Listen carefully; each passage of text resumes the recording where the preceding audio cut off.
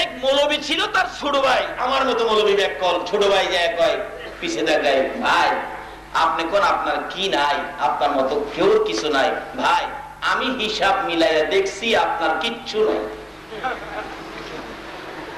বড় লোক ভাই কয় এই মৌলবীরা যে মানুষ ব্যাককল কয়, এই জন্যই ব্যাককল কয়। এই রাজকীয় বাড়িঘর পরিবেশ এগুলি আমার না, 5টা ছেলে বড় বিচার 5তলা বাড়ি করে রাখছে, এগুলি আমার না। তুই কি কইলি আমার নাই, আমার কিছুই নাই, এগুলি কার? মৌলবী কয় আপনার কিচ্ছু নাই, আপনার একবারে কিচ্ছু নাই, খালি হাত। এর লেগে মানুষ মৌলবীরারে ব্যাককল কয়। মৌলবী বলে ব্যাককল। একজন নাইবে নবী আলেম রাস্তা দিয়ে হাইটা গেলে 40 দিনের জন্য কবরের আযাব বন্ধ হয়ে যায়। মৌলবী কয় আচ্ছা সুযোগ পাইলে বাইরে বুঝামু বাইরের কি আছে। একদিন দুই ভাই জমি দেখতে গেছে, বড়লোক ভাই আগে যায়, মৌলবী পিছে পিছে। জমি দেখতে গিয়া হঠাৎ বলতেছেন, মৌলবী সাহেব ভাই আপনি তো বড় ভাই, অনেক কিছু আছে, আমি আপনার একটা কথা বলবো, কথাটা শুনবেন। কি কথা? আপনি ক্ষেতের আইলের মধ্যে শুয়ে যাইবেন, আমি চাদরটা ঘুরে আপনার পাশে বৈশা কাঁদবো। মানুষে জিজ্ঞেস করলে আমি বলবো আমার বড় ভাইকে সাপে কাইটা মাইরে লাইছে, কিন্তু আপনি আমি না কওয়া পর্যন্ত, টাক না দেওয়া পর্যন্ত উঠতে পারবেন না। কি হইব পরে বুঝবেন কি হইব। ভাই মৌলবী সিস্টেম করছে বাইরে বুঝাইতো বাইরে কি আছে। সাদা চাদর দিয়ে ঘুরছে, ভাই শুয়ে রইছে, মানুষ দৌড়াদৌড়ি করে আসতেছে, হাই হাই কি ব্যাপার? মৌলবী সাহেব কান্নাকাটি করতেছে, আমার ভাই তো মারা গেছে। কই কি? একসাথে আসলা দুইজন জমি দেখার জন্য মারা গেল, কি ব্যাপার? সাপে কাটছে মারা গেছে। লোকজন আইসা খালি একটা কথাই কয়, লোকটার এত কিছু ছিল, কোটি কোটি টাকার মালিক ছিল, আজকে তো লোকটা কবরে যাইবো একবারে খালি হাত। সকলে আইসা খালি এই কথাটা কয়। আচ্ছা বলুন, যে ভদ্রলোক শুয়ে রয়েছে চাদরের নিচে, উনি সব শুনতাছেনি? তখন থেকে তার মনে একটা দীক্ষার আসলো, আরে আমার যে শোয়াইছে মৌলবী তো ভালো লেগে, মানুষের তো কয় আমার কিছুই নাই বলে খালি হাতে কবর যাবো, অথচ লোকটা কিন্তু মরে নাই। সিস্টেম করছে মৌলবী, তারে বুঝাইতো বাবারে আমরাও তো একদিন এইভাবে খালি হাতে কবরে যাব। ছেলেরা খবর পায়া ডাকাত থেকে ডাইরেক্ট গাড়ি নিয়ে বাবার লাশের পাশে জমির কাছে গিয়ে হাজির। বাবা কেমনে বাবা তুমি মরে গেলা? চাচা আপনি কইয়া ছিলেন? বাবারে আমি তো কাছে আসিলাম, সাপে তোর বাবারে কামড় দিছে। হাই হাই হাই কি করলো, কি করতে পারি, বাবারে কেমনে ভালো করি? এক মুরব্বী জিগাই, মৌলবী সাহেব সাপে কামড় দিছে, ও তাই তোর কবিরাজ নিয়ে আসেন, সাপের কাটা রোগী তো অনেক সময় কবিরাজ দিয়ে বিষ নামাইতে পারলে ভালো হয়ে যাবে। মৌলবী কবিরাজের কাছে গিয়ে কয়, কবিরাজ সাপ মরে নাই, আমি বাইরে শিক্ষা দিতাম, ভাই খালি কই আমার কি নাই, বাইরের কি আছে বুঝানোর জন্য এই সিস্টেম করেছি। আপনি 2-3 ফু দিয়া বলবেন এই বিষ নামানো যাবে না, তবে সিস্টেম করবেন নামানোর জন্য। কি সিস্টেম? মৌলবী শিখাইছে, এইভাবে এইভাবে পয়েন্ট দেখাই দিয়েছি বলবেন। তো কবিরাজ আইসা 2-3 ফু দিয়া কই সর্বনাশ, কি মারাত্মক সাপের কামড়, এটা বিষ নামানো যাবে না। ছেলেরা ধরছে, চাচা যা চান আপনি আপনারে তা দিব, আমার বাবারে বাঁচান। কবিরাজ কই, বাবারে টাকা দিয়ে যদি মৃত মানুষ জীবিত করা যাইতো তাহলে এই দেশের বড় লোক একটাও মরতো না। তবে একটা সিস্টেম মৌলবী শিখাই আনছে। বড় ছেলেকে, বড় ছেলে আমি তোমার বাবারে ভালো করে একটা সিস্টেম পাইছি। কি? তুমি বড় ছেলে তো, বাবা তুমি একটু তোমার বাবার পায়ের কাছে দাঁড়াও। দাঁড়াইলে আমি মাথার দিক থেকে বিষ জারতে শুরু করব, যারার চাপে বিষ পায়ে দিয়া বাইরিব, বাইরিয়া যদি তোমারে পায় তোমার উপরে ঢুকবো, তুমি পয়রা ময়রা যাইবা, তোমার বাবা ভালো হইব। মৌলবী নাকি ব্যাককল, কি পয়েন্ট শিখাই আনছে দেখেন। কবিরাজ কয়, বাবা তুমি বড় ছেলে, তুমি তো মেইন গার্জিয়ান হবে, দাঁড়াও তুমি আগে দাঁড়াও। বড় ছেলে কই, চাচা যাইলেন না, রাহেন।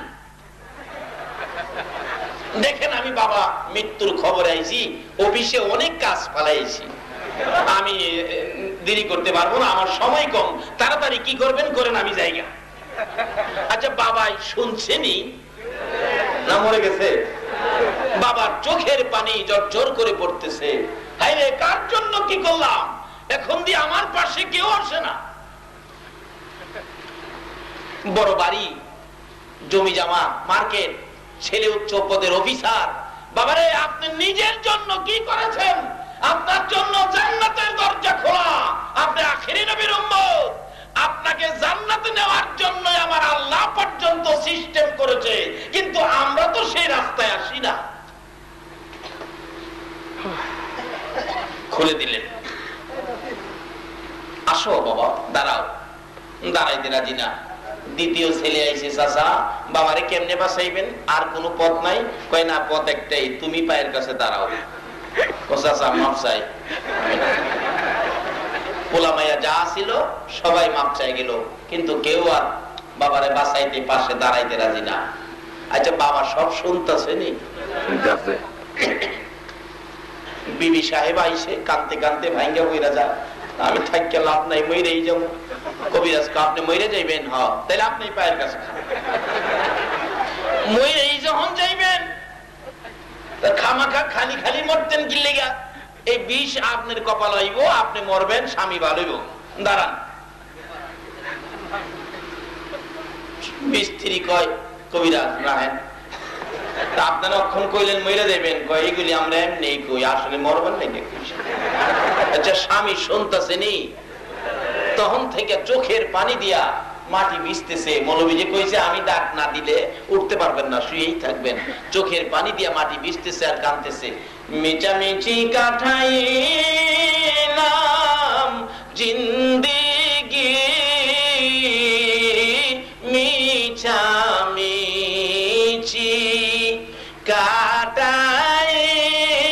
কাটাইলাম জিন্দেগি, চোখে দেখা হারাইলাম বন্দিগি। চোখে দেখা সব হারাইলাম, জীবনটা কই কাটাইলাম, সব তো মিশা। এই জিনিসগুলো আমার নবী বোঝানোর জন্য 63 বছর জিন্দেগি। আমার নবী কত কষ্ট করেছে, না খাইয়া পেটে পাথর বেঁধেছে। উহুদের জমিনে আমার নবীর দান দান মোবারক শহীদ করেছে। আল্লাহু আকবার। আমার নবী এই জিনিসগুলো উম্মতের হাতে দেওয়ার জন্য উহুদের জমিনে রাসূলের দান দান মোবারক শহীদ। উহুদের জমিনের জীবনী খুলে দেখুন, আমার নবীকে মারতে মারতে 2টা দান দান মোবারক শহীদ করে ফেললেন। নবীজি মুখের উপর হাতটা লাগাইয়া কাঁদতেছে, সাহাবীরা রে তোরা কে কোথায় আছো রে? আমার 2টা দান দান মোবারক শহীদ হয়ে গেছে। চোখের পানিগুলো ঝরতেছে, নবীজির রক্ত মোবারক জামা কাপড় লাল হয়ে গেছে। তারপরও নবীকে রেহাই দেয় নাই, শত্রুরা চারদিক ঘেরাও করে ফেলেছে। আল্লাহু আকবার। আমার নবী বলেন, যেদিকে তাকাই বন্ধু বলে কাউরে দেখি না, সবাই আমার শত্রু। চারদিক দাঁড়িয়ে আছে, যেদিকে তাকাই সব আমার শত্রু। ডান দিকে তাকাইলে বাম দিক থেকে মারে রে, বাম দিকে তাকাইলে ডান দিক থেকে মারে, সামনের দিকে তাকাইলে পিছন দিক থেকে মারে, পিছনে তাকাইলে সামনের দিক থেকে মারে। এইভাবে আমাকে মারতে মারতে মাথায় লোহার টুপি টুকরা টুকরা করে জমিনে ফেলে দিল। লম্বা লম্বা 2টা লোহার টুপির অংশ মাথার 2 পাশে একেবারে ভিতরে ঢুকে গেল। এত গভীরে ঢুকেছে, রাসূল বলেন তাই না খুলতে পারি না। মাথার ব্যথায় অস্থির হইয়া আমার নবী মাথা চক্কর খাইয়া জমিনে পড়ে গেছে। এমনি সময় নবী জমিনে পড়ে আছে, তারপরেও নবীজিকে মারতে ছিল দুনিয়া থেকে চির বিদায় করে দেওয়ার জন্য। এমনি সময় হযরতে জিবরাইল দৌড়ে এসে তাদের সামনের থেকে আমার নবীকে এইভাবে কোলে উঠাইয়া তাদের সামনের থেকে টান দিয়ে সরাইয়া নিয়ে গেছে। এমনি সময় নবী আমার জিবরাইলের কোলে ছিলেন। জিবরাইল উহুদ পাহাড়ের মাঝামাঝি, নিচ থেকে দেখা যায় না, নিজের চোখে দেখে আসছি, নিচ থেকে দেখা যায় না এমন একটা জায়গায় আমার আপনার নবীকে জিবরাইল কোলে উঠাইয়া নিয়ে গেলেন। যাইয়া ডাকতেছে উহুদ পাহাড়ের পাথরের কাছে, এরে উহুদের পাহাড়, ও উহুদের পাথর দেখ, যেই নবী না হইলে তোরা হতে না, আমি জিবরাইল হতাম না, কুল কায়নাতের কিছুই হতো না।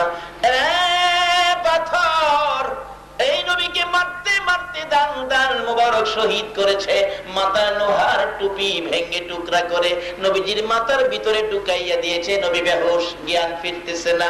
একটু বিছানার ব্যবস্থা করে দে রে, আল্লাহর বন্ধুকে শোয়াইয়া রাখি। জিবরাইল বলেন, এই বলে ডাক দেওয়ার সঙ্গে সঙ্গে দেখি লম্বা একটা পাথর ফাইটা তুলার মতো নরম বিছানা হয়ে যায়। জিবরাইল আশ্চর্য হয়ে গেলেন।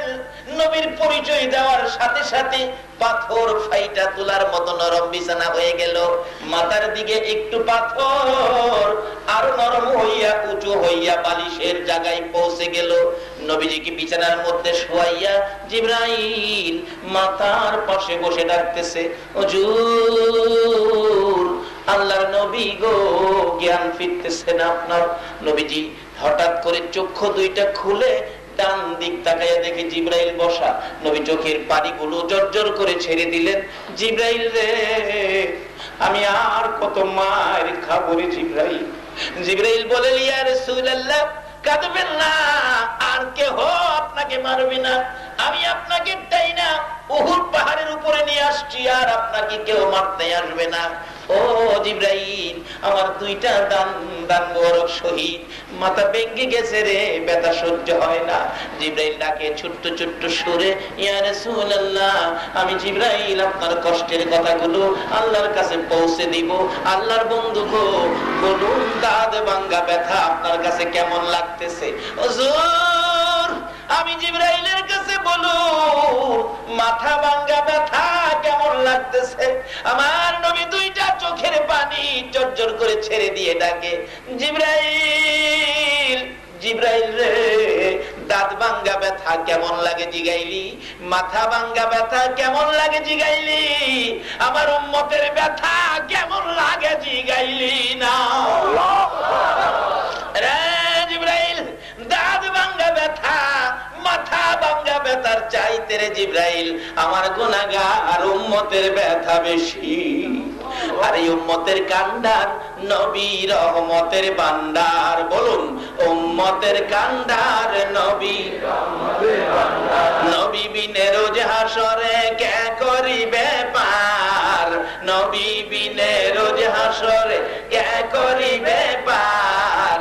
উম্মতের কান্ডার নবী রহমতের ভান্ডার, উম্মতের কান্ডার নবী রহমতের ভান্ডার। মোদের নবী দয়ার সাগর, গুনাহগার উম্মতের পাগল। মোদের নবী দয়ার সাগর, গুনাহগার উম্মতের পাগল। রোজ হাসরে সিজদায় পড়ে কাঁদবে যারে যার, রোজ হাসরে সিজদায় পড়ে কাঁদবে যারে যার।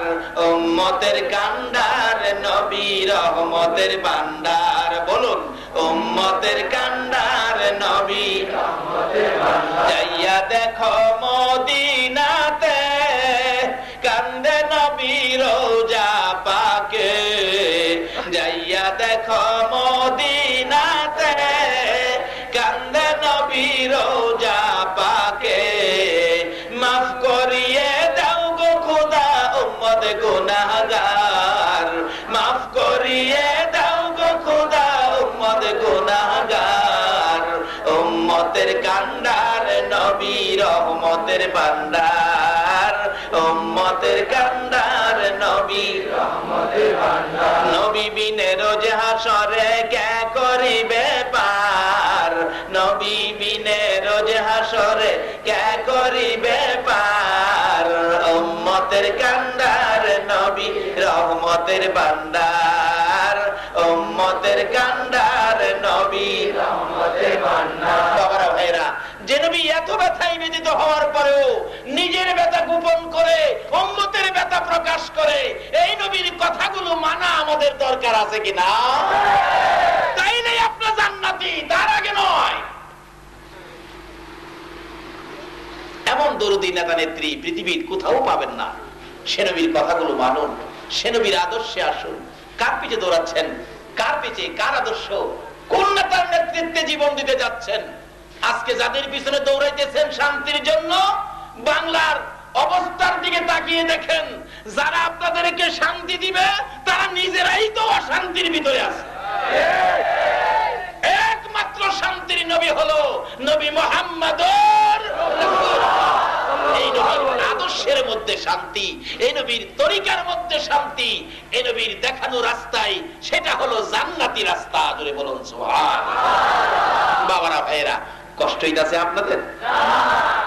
আসলে রোজার মাস, এমনি তো সারাদিন রোজা রেখা লম্বা নামাজ তারাবির পর শরীর ক্লান্ত হয়, তারপরও আপনারা কোরআনের পক্ষে সময় দিচ্ছেন, নিশ্চয়ই আপনাদের গায়ে জান্নাতের গন্ধ করবে। আপনারা জান্নাতি হবেন। কিভাবে হবেন? সামনে আসতেছে। কষ্ট হবে না তো আপনাদের? তাই বলতেছিলাম, এই নবীর আদর্শে ঢোকেন, কিন্তু দেখা গেল লোকটা শুয়ে আছে, কেউ তার জন্য জীবন দিতে রাজি, অথচ এই বেচারাই আমার কি নাই, আর মৌলবী বলছিল আপনার কিচ্ছু নাই। এখন কার কথাটা রাইট হইতেছে?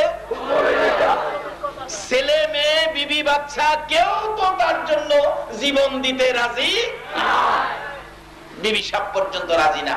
কই দেখেন, আমরা এমনি তো কই স্বামীর মহব্বতে, আসলে মরতাম কইছি না তো, এমনি কইছি। মাটি দিয়ালাম। আচ্ছা, এই ভদ্রলোক শুনতাছেনি সব? ঘুমাই গেছেন আপনারা? এই লোকটা কি আসলে মরছে? এখন কবিরাজ ওয়াজ করে, মৌলভী সাহেব লোকটা কি করলো? জীবনটা শেষ করলো, নিজের জন্য তো কিচ্ছু করলো না। কিছুক্ষণ ওয়াজ করলো, এখন কবিরাজ জিগায়, মানবিক বলো, এই রোগীর আরো আপনজন কেউ আছেনি? আরো কেউ আসেনি বলো। কবিরাজ প্রশ্ন করেছে, ও মৌলভী সাহেব আরো কেউ আছে কিনা? মৌলভী দুইটা চোখের পানি জর্জর করে ছেড়ে দিলেন। কবিরাজ রে, আরেকজন আছে রে, ইনি হলেন আমাদের গর্ভধারিণী মা। কে আছে? কে আছে? সবাই বলুন, কে আছে? একজন আছে মা।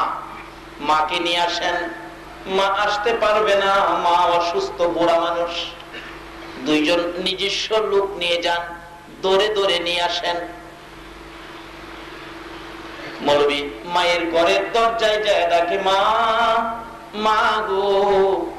যায় দেখে বড় ছেলের মৃত্যুর খবর পাইয়া, বলুন মায়ের কান্না কম হবে না বেশি হবে? সন্তানের মৃত্যুর খবরে মার চেয়ে বেশি আর কি পৃথিবীতে কেউ পারবে কাঁদতে? এই মায়ের খবরও তো নেন না। রমজানের রোজা রাইখা তারাবি পড়ে নামাজ আদায় করে সেহরি ইফতার খেয়ে সবে কদরের নামাজ পড়েও আপনি জান্নাতি হতে পারবেন না যদি মায়ের কলিজায় আগুন দিয়ে থাকেন।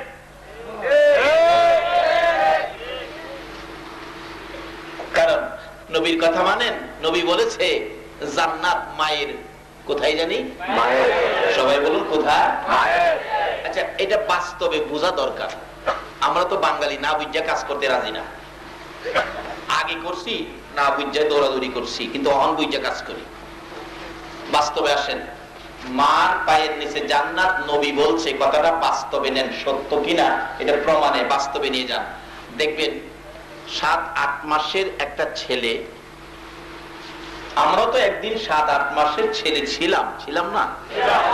মার দিকে যান, মা ঘুম পাড়াইয়া রান্না করে রান্নার কাজে ব্যস্ত, কিন্তু এমন এক মুহূর্ত মা রান্না করে আসা সম্ভব না। বাচ্চার ঘুম ভেঙে বাচ্চা মা মা বলে কাঁদতেছে। মা মা, কি কান্না? দাদি দৌড়ে গিয়া নাতি কোলে নিয়ে বলতেছে, নাতি কান্দিস না, আমি তোর দাদি লাগি। কান্না তো থামে না। দাদি কয়, এটা কেমন নাতি রে, আমি কি তোরে চিমড়ি মারছি, আমার কোলে কান্দস? দৌড়ে আসছে চাচি আম্মা, ডাকতেছে, বাতিজা কান্দিস না, আমি তোর চাচি মা, আমি তোর চাচি মা রে, মা লাগি কান্দিস না। বলুন কান্না কি থামে? না। দৌড়ে আসছে খালাম্মা, এ বাগিনা কান্দিস না রে, আমি তোর খালা লাগি, তোর মায়ের ছোট বোন আমি, কান্দিস না আমার কোলে। বলুন কান্না থামছে কিনা? দৌড়ে আসছে ফুফু আম্মা। ফুফু আম্মা চিনেন? ওই যে বাবার বোন। আর বাবার গন্ধ নাকি ফুফুর গায়ে পাওয়া যায়। কুলে নিয়ে কাঁদতেছে, ডাকতেছে, কান্দিস না ভাতিজা, আমি তোর ফুফু আম্মা লাগি, কান্দিস না, আমি তোর ফুফু লাগি, বাবার বোন। তোর বাবার গন্ধ দেখ আমি ফুফু আম্মার গায়ে লাগে। তারপরেও কান্না থামে না। চাচি খুলে নিলেন, কান্না থামে না। দাদি খুলে নিলেন, থামলো না। খালাম্মা নিলেন, ফুফু আম্মা নিলেন, কারো কুলে যখন কান্না থামে না, কান্নার আওয়াজে মায়ের কলিজায় আগুন জ্বলছে। দরদি মা রান্নাঘর থেকে পাখির মতো একটা উড়াল মেরে চিৎকার মেরে ডাক মারছে, তোরা কারা রে? দে আমার বাবারে আমার কোলে উঠাইয়া দে। বলুন মায়ের কোলে যখন বাচ্চাকে দেওয়া হলো, এখন আর কান্নাকাটি আছে কিনা? বাবারে চিনলেন না তো নবীরে? নবী কি সিস্টেম করে দিছে, তোমার মায়ের পায়ের নিচে জান্নাত। এগুলি আজকে আমরা আদায় করব। একটু লম্বা হইলেও আপনারা রাজি আছেন তো? তবে সেহরির আগে ছেড়ে দিব ইনশাল্লাহ, কারণ আমি এত মানুষরে সেহরি খাওয়াইবার ক্ষমতা আমার নাই, থাকলে খাওয়াইতাম।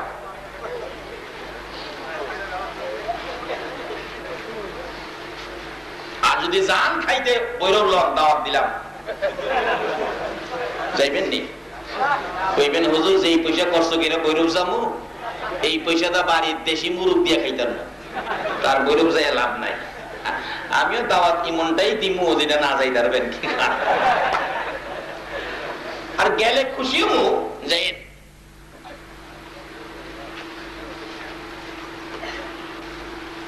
ওই মা দরদি মা গলা কাটা মুরগির মতো লাফাইতেছে, কাঁদতেছে বড় ছেলের মৃত্যুর খবর পায়া। মৌলবী ডাকে, মা তোমার ছেলে ভালো হবে গো, মা তোমার যাইতে হবে। মা উঠতে পারতেছে না, গলা কাটা মুরগির মতো লাফ মারতেছে। বাবারে আমার তাড়াতাড়ি লয়ে যাও। দুইজনে ধরে ধরে নিয়ে যাইতেছে। কাছাকাছি যাওয়ার পরে মা দূর থেকে ডাক মারছে, রে কবিরাজ যাইস না রে, আমি মা এসে গেছি। কে আইছে? সবাই বলুন। একটা অক্ষরের নাম, কত যে মজা। এই এক অক্ষরের নাম মা ছাড়া মজার আর দেখাইতে পারবেন না। এটার মাঝে এত মজা কেন? রাসূল বলছে এটার ভাইয়ের নিচে তোমার জান্নাত। যে জান্নাতের দরজা রমজান মাসে খুলে দেওয়া হয়েছে, যে জান্নাতে আপনার জন্য কত আরামের বিছানা, কত আরামের বান্ধবী, কি যে মজার বান্ধবী গো। বাঙালি তো পাইছ না, পাইলে রাত্র কেড়ে জীবন দিয়া লাইতা। ডাকতেছে, কবিরাজ যাইস না রে, আমি মা আইছি। কাছাকাছি যাওয়ার পর কবিরাজ বলতেছে, আপনি কি মা লাগেন? ও, আমার ছেলেরে ভালো করে দে, আমার কলিজায় আগুন আমার সন্তানের জন্য। কবিরাজ বলেন, মা গো আপনার ছেলে ভালো হবে, শর্ত হলো আপনি আপনার ছেলের পায়ের কাছে দাঁড়াইতে হবে। আমি বিষ জাইরা বাহির করব পায়ে দিয়া, বিষ আপনার শরীরে ঢুকবে, আপনি মা মরে যাবেন, আপনার ছেলে ভালো হবে। বলুন মা তাতে রাজি হবে কিনা? আরে মা বাবার কথা মতো যেজন চলে না, মা বাবার কথা মতো যেজন চলে না, আল্লাহ নবীজির দয়া তারা পাবি না। হায়রে আল্লাহ নবীজির দয়া তারা পাবি না। একজন রাজি হইব? বলুন এই লোকটাকে মা, ছেলেও না, মেয়েও না, বিবিও না, এই লোকটাকে মা। মা একটা চিৎকার মারছেন, রে কবিরাজ আমি রাজি রে, আমি রাজি,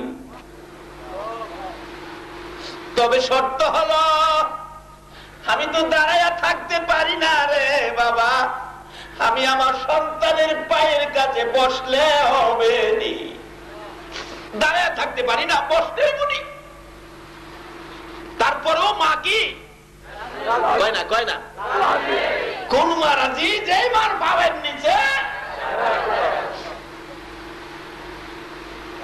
সেই মারে চিনলেন না? এই রমজানে রোজা হবে না, মক্কা মদিনার হজ হবে না যদি এই মারে কেউ কষ্ট দিয়ে থাকে।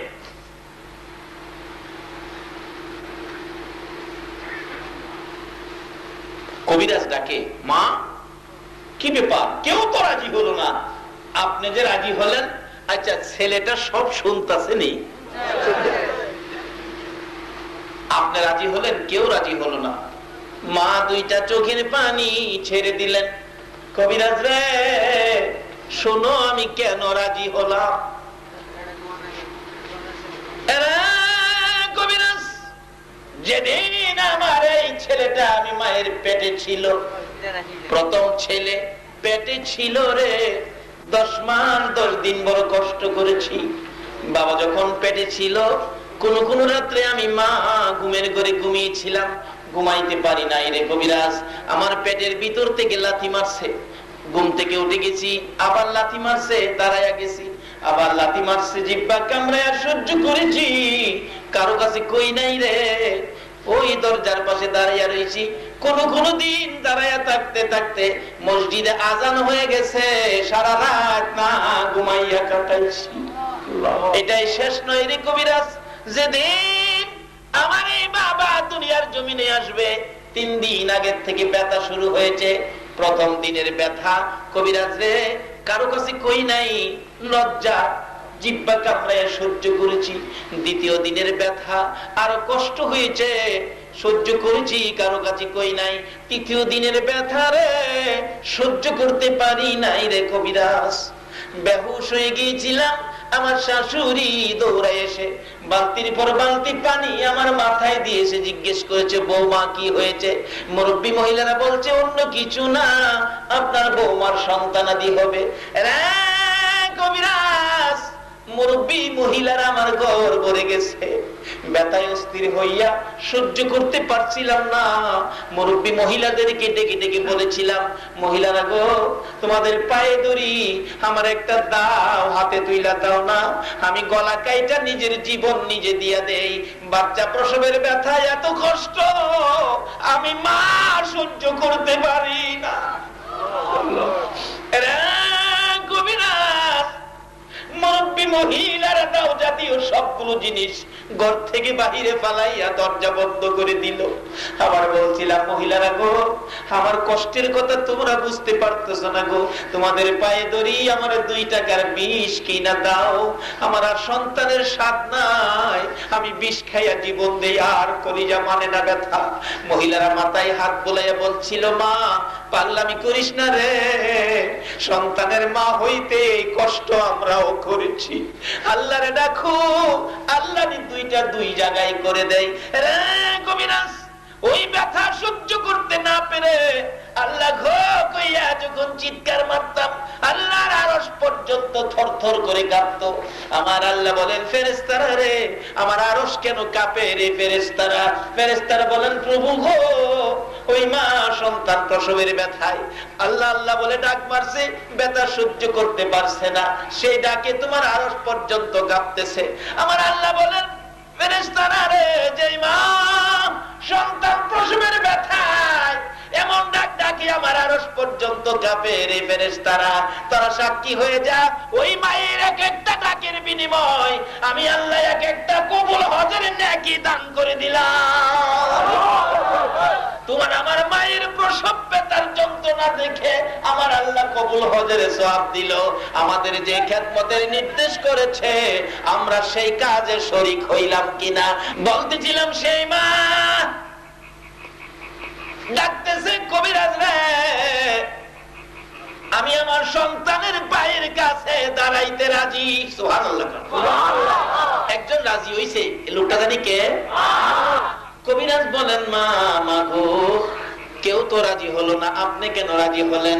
মা বুঝাইতেছেন, কবিরাজ রে 3 দিনের ব্যথায় যেদিন ও কবিরাজ নিজের জীবন দিতে চাইছিলাম, সন্তান নাই, দরকার নাই, তারপরেও মহিলারা সান্ত্বনা দিয়েছে, মাগো আল্লাহরে ডাকো, সন্তানের মা হইতে কষ্ট আমরাও করেছি, বালতির পর বালতি রক্তক্ষরণ হইয়া গড়টা লাল লাল হয়ে গেছিল। আমি দেখেছি মহিলারা কানাকানি করে বলতেছে এই মহিলাটা বাঁচবে না। রে কবিরাজ, আমি নাকি বাঁচবো না? মহিলারা কানাকানি করেছে। তারপরে যখন আমার এই কলিজার টুকরা ছেলেটা দুনিয়ার জমিনে ভূমিষ্ঠ হয়ে ওয়া ওয়া করে চিৎকার মারছে, এই ছেলের কান্নার আওয়াজ শুনে রে আমি মা মৃত্যুর কাছ থেকে ফিরে আসছি। আমার সব ব্যথা দূর হয়ে গেছে। আজকে আমার সেই ছেলে মরে যাবে, আমি মা বেঁচে থাকবো না। রে কবিরাজ, হতে পারে না। আমি হাজার হাজার মানুষের সামনে কথা দিলাম আমি মায়ের জীবন দিয়ে দিব, আমার বাবারে ভালো করে দে। বলুন ছেলেটা এই মায়ের কাহিনী সব শুনছে কিনা? এইবার মৌলবী সাহেব ডাকে, ভাই, বড় ভাই উঠেন, এবার বলেন আপনার কে আছে, কি আছে হিসাব দেন।